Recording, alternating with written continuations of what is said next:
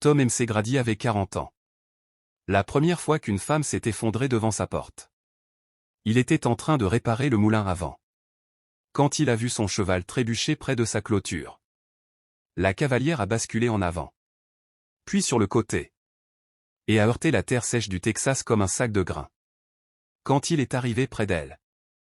La jument baille avait de la mousse à la bouche. Et la femme gisait immobile, comme morte. Dans sa robe de ville déchirée. Victoria Sterling. C'est ce qu'indiquaient les papiers dans sa sacoche. Mais les papiers pouvaient mentir. Et Tom avait appris à ne pas faire confiance à grand-chose dans ce monde.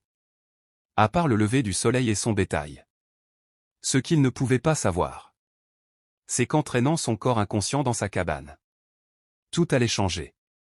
Que sa présence allait réveiller en lui des parties. Qu'il avait enfouies si profondément qu'il en avait oublié l'existence. Qu'un homme pouvait vivre 40 ans. Sans vraiment comprendre la fin. Jusqu'à ce qu'elle le regarde à travers des yeux verts. Remplis de secrets. Si vous nous suivez. Depuis quelque part dans le monde. Dites-nous dans les commentaires d'où vous nous lisez. Nous adorons avoir des nouvelles d'autres amateurs d'histoire western. La question qui allait le hanter pendant des jours. N'était pas de savoir si elle allait vivre ou mourir. C'était plus simple et plus dangereux que cela. Que se passe-t-il quand un homme, qui n'a jamais connu le contact d'une femme, se retrouve seul avec une femme qui a besoin d'être sauvée? Elle se réveilla dans un halètement, qui rompit le silence de la cabane. Comme une lame. Tom se figea devant sa cafetière. À mi-chemin de sa bouche. Au cours des 36 heures où elle était restée inconsciente. Il s'était habitué au rythme doux de sa respiration. Et son absence soudaine lui serra la poitrine. Doucement, dit-il. Sans se retourner. Sa voix était plus rude qu'il ne l'aurait voulu. Tu es en sécurité. Victoria Sterling s'assit lentement. Ses cheveux noirs tombant sur ses épaules. Que sa robe déchirée couvrait à peine. Tom capta le mouvement du coin de l'œil. Et fixa son regard sur la cafetière. Où suis-je? Sa voix avait les intonations raffinées de l'argent de Chicago. Mais sous-jacente, il y avait quelque chose de brut. De la peur peut-être. Ou du désespoir. Broken Creek Ranch, Texas. Il versa 2 tasses, la main plus sûre que son pouls. Je t'ai trouvée inconsciente. Ton cheval n'a pas survécu. Le silence s'étira suffisamment longtemps pour qu'il risque un regard. Par-dessus son épaule. Elle observait sa cabane. Avec les yeux calculateurs. De quelqu'un qui avait appris à évaluer rapidement les issues. Sa robe s'était déchirée davantage lorsqu'elle était tombée. Révélant la courbe de sa clavicule. Et l'ombre entre ses seins. La bouche de Tom s'assécha. Tu as pris soin de moi. Ce n'était pas une question. Ses doigts ont touché le bandage propre sur son front. Puis se sont déplacés vers l'endroit où quelqu'un l'avait clairement aidé. À retirer ses vêtements extérieurs couverts de poussière. La chaleur a envahi le cou de Tom. J'avais de la fièvre. J'ai seulement fait ce qui était nécessaire. Le regard qu'elle lui a alors lancé était étrange. À la fois soulagé et autre chose qu'il ne pouvait nommer. Tu n'es pas ce à quoi je m'attendais. Qu'est-ce que ça veut dire? Victoria a balancé ses jambes par-dessus le bord de son lit étroit. Et Tom a aperçu des sous-vêtements en soie. Et une peau pâle. Avant de se retourner pour faire face au mur. Sa tasse de café a cliqueté contre sa soucoupe. La plupart des hommes auraient. Elle a laissé ses mots en suspens. Tu ne sais vraiment pas, n'est-ce pas? Elle est restée silencieuse si longtemps qu'il s'est finalement retourné. Elle était assise dans une posture parfaite. Malgré son état débraillé. Le regardant avec une expression mêlant pitié. Et quelque chose de dangereusement proche de la fascination. Quel âge avez-vous, monsieur McGrady? 40 ans en novembre. Cette confession lui laissa un goût étrange dans la bouche. Et depuis combien de temps vivez-vous ici seul? Depuis le décès de ma mère, 5 ans maintenant. Les lèvres de Victoria s'entr'ouvrirent légèrement. Tom se surprit à fixer leur forme. Se demandant quel goût elle pouvait avoir. Puis détourna le regard, honteux. Monsieur McGrady, dit-elle prudemment. Avez-vous déjà été avec une femme? La tasse de café glissa de ses doigts. et se brisa sur le sol. Le liquide brun se répandit sur les planches. Tandis que Tom fixait le désordre. Le visage brûlant de honte. Il s'agenouilla pour ramasser les morceaux. Reconnaissant d'avoir une excuse pour ne pas croiser son regard. Ma mère était protectrice. Elle disait que les femmes n'apportaient que des ennuis. Oh, pauvre homme. La pitié dans sa voix le fit tressaillir. Je m'en suis très bien sorti tout seul. J'en suis sûr. Victoria se leva du lit. Tom retint son souffle. Le mouvement fit glisser sa robe déchirée, révélant davantage ses courbes. Mais s'en sortir et vivre sont deux choses très différentes. Elle s'approcha de lui avec une grâce prédatrice. Ses pieds nus silencieux sur le parquet. Tom recula précipitamment jusqu'à ce que ses épaules heurtent le mur. Que faites-vous? Vous m'avez sauvé la vie.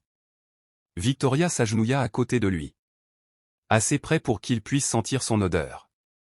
Une odeur de sueur propre et de fleurs. Qui lui fit tourner la tête. Le moins que je puisse faire, c'est de t'apprendre quelque chose. Apprends-moi quoi. Son sourire était doux et dangereux. Ce qui t'a manqué. Leçon numéro 1, dit Victoria. En s'asseyant en tailleur sur le sol. Comme s'il discutait de la météo. Contact visuel. Tom était assis, raide contre le mur. Tous ses muscles tendus. Je n'ai pas besoin de leçons. Regarde-moi quand je te parle. Il essaya. Que Dieu lui vienne en aide. Il essaya. Mais chaque fois que son regard croisait le sien, il semblait dériver vers le bas. Là où sa robe s'ouvrait. Vers la courbe de ses seins. Qui se soulevait et s'abaissait à chaque respiration. La honte qu'il en ressentait le rendait malade. Arrête ça, dit Victoria d'un ton sec. Arrêtez quoi? De me regarder comme si tu commettais un péché. Elle se pencha en avant et Tom aperçut un bout de dentelle. Avant de forcer ses yeux à se fixer sur le plafond. Le désir n'est pas quelque chose dont il faut avoir honte. Monsieur Macready, c'est humain. Ma mère disait. Votre mère est morte. La brutalité de cette phrase le frappa comme un coup physique. L'expression de Victoria s'adoucit. Je suis désolé, c'était cruel. Mais elle n'est plus là et vous êtes toujours là. Toujours en vie. Vous ne voulez pas savoir ce que cela signifie? Au cours des 3 jours suivants, elle lui apprit. Des choses qui n'avaient rien à voir avec le désir. Et tout à voir avec lui. Comment tenir une conversation sans fixer ses bottes? Comment lire les signaux que les femmes envoyaient avec leurs yeux? Leur posture, leurs mains. Comment se tenir assez près pour sentir son parfum? Sans l'envahir. Tu apprends, dit-elle le 4e matin. En acceptant le café qu'il lui offrait. Sans que leurs doigts ne se frôlent accidentellement. Il avait enfin maîtrisé cette torture particulière? Mais tu te retiens encore. Tom s'assit en face d'elle à sa petite table. Remarquant comment la lumière du matin transformait ses cheveux en soie. Te retenir de quoi? De poser les questions auxquelles tu veux vraiment des réponses. Une chaleur lui parcourut l'échine. Je ne comprends pas ce que tu veux dire. Victoria se pencha en arrière sur sa chaise. Le mouvement faisant tendre la chemise empruntée. Sa chemise sur sa poitrine. Les jointures de Tom blanchirent autour de sa tasse de café. Pourquoi me suis-je vraiment arrêté ici, Tom? L'utilisation de son prénom le fit frissonner. Je pensais que tu fuyais quelque chose. Quelqu'un. Sa voix devint monotone. Mon frère Marcus. Il m'a utilisé comme couverture pour ses détournements de fonds. Et maintenant que tout s'écroule. Il a besoin que je disparaisse définitivement. Il veut te tuer à terme. D'abord. Il va essayer de convaincre tout le monde que je suis la vraie criminelle.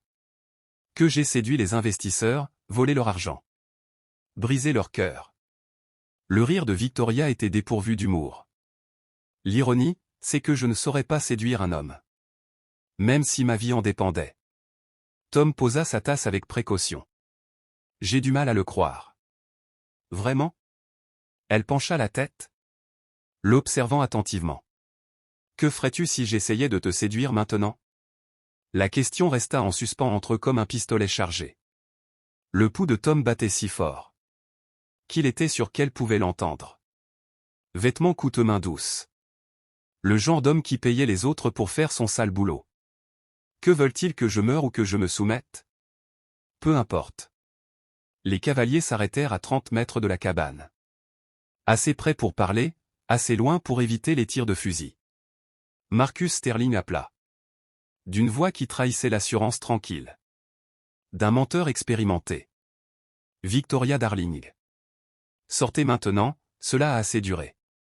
Tom s'approcha de la fenêtre, son fusil bien en vue. Tu n'es pas la bienvenue ici, et toi non plus. Le rire de Marcus était froid. Juste un éleveur solitaire qui a eu de la chance. Quand ma sœur est arrivée à cheval, en quête de réconfort. Elle est douée pour ça, faire en sorte que les hommes se sentent spéciaux. Juste avant de vider leur compte en banque. Ce n'est pas vrai, siffla Victoria. Mais... Tom pouvait voir le doute s'insinuer dans son expression. À quel point se connaissait-elle vraiment? À quel point la connaissait-il? Réfléchis cow-boy. A poursuivi Marcus. Une belle femme apparaît de nulle part. Et a besoin d'être sauvée. Et tout à coup, tu es le héros de son histoire. Combien d'argent lui as-tu montré? Combien de secrets a-t-elle appris? Tom serra plus fort son fusil. Car la vérité était. Victoria avait posé des questions sur ses terres. Son bétail. Le vieux puits de mine dans les collines dont il avait parlé. Qui contenait peut-être encore de l'or. Tom. La voix de Victoria était à peine audible. Tu ne peux pas croire ça. Jetez vos armes, cria Marcus. Et faites sortir ma sœur. Faites ça et personne ne sera blessé. L'un des autres cavaliers bougea sur sa selle. Et Tom aperçut le reflet du soleil sur l'acier. Ils étaient armés. Et positionnés de manière à couvrir toutes les approches de la cabane. Du travail de professionnel. Combien de balles as-tu dans ce fusil? Cowboy Marcus a appelé 4 hommes ici. Et nous avons toute la journée. Victoria se déplaça à côté de lui. Son souffle chaud contre son oreille. Il y a quelque chose que je dois te dire. À propos de cette mine d'or. Tom sentit son sang se glacer. Qu'est-ce qu'il y a? J'ai peut-être envoyé un télégramme à mon avocat à Chicago. Pour lui en parler, comme preuve que j'étais en sécurité. Que j'avais trouvé quelqu'un de confiance. Sa voix se brisa. Tom, je crois que je les ai menés droit à toi. Dehors, Marcus s'impatientait. Dernière chance, Victoria. Sortez maintenant ou nous entrons en tirant. Tom regarda la femme. Qui avait bouleversé son monde en moins d'une semaine? Qui avait réveillé en lui des désirs qu'il ne se savait pas posséder? Et qu'il avait peut-être berné. Depuis le début. Pourquoi devrais-je te faire confiance? Demanda-t-il doucement. Victoria le regarda dans les yeux sans ciller. Parce que je suis prête à parier ma vie que tu choisiras. De me protéger malgré tout. Elle avait raison, que Dieu lui vienne en aide. Elle avait raison, qu'elle soit innocente ou coupable. Qu'elle l'ait utilisée ou sauvée. L'idée de laisser Marcus Sterling l'emmener. Fit monter une rage sauvage dans sa poitrine. Cache-toi derrière le lit, dit Tom. Et reste baissé. La première balle brisa sa fenêtre. Avant qu'il ait fini de parler. La fusillade dura 7 minutes. Quand la fumée se dissipa. Marcus Sterling gisait mort dans la poussière. Et ses hommes s'étaient enfuis. La queue entre les jambes. Tom se tenait dans l'embrasure de la porte, son fusil fumant. Du sang coulant d'une éraflure sur sa tempe. Victoria émergea de derrière le lit. Sa robe déchirée et poussiéreuse. Les yeux écarquillés par quelque chose qui pouvait être de la crainte. Tu aurais pu mourir, dit-elle. Tom posa son fusil et la regarda. La regarda vraiment, peut-être pour la première fois. Non pas comme un mystère à résoudre. Ou une tentation à laquelle résister. Mais comme une femme qui avait choisi de lui confier sa vie. Alors toi aussi, tu aurais pu. Elle traversa lentement la pièce. Ses pieds nus craquant sur les morceaux de verre. Quand elle l'atteignit. Elle posa sa paume à plat sur sa poitrine. Au-dessus de son cœur. La mine d'or, dit-elle doucement. J'en ai parlé à mon avocat. Mais pas parce que je voulais te voler. Ses doigts suivirent les boutons de sa chemise. Parce que je voulais qu'il sache. Que j'avais trouvé quelque chose qui valait la peine d'être protégé. Tom recouvrit sa main de la sienne. La mine est épuisée depuis des années. Il ne reste plus que de l'or, des faux et des promesses vaines. Alors pourquoi m'as-tu laissé rester? Il réfléchit à cela tandis que le soleil du Texas montait dans le ciel, dissipant la fumée des armes à feu du matin, ainsi que la peur de la solitude et de la faim. Et la façon dont un homme pouvait vivre 40 ans, sans vraiment vivre du tout. Parce que tu as vu en moi quelque chose que j'avais oublié. Le sourire de Victoria était doux et sincère. Rien de calculé ni de répété. Et qu'est-ce qu'un homme qui mérite d'être sauvé? Elle se mit sur la pointe des pieds et l'embrassa. Doucement, tendrement, plein de promesses. C'était le premier baiser de Tom et il avait le goût de la rédemption.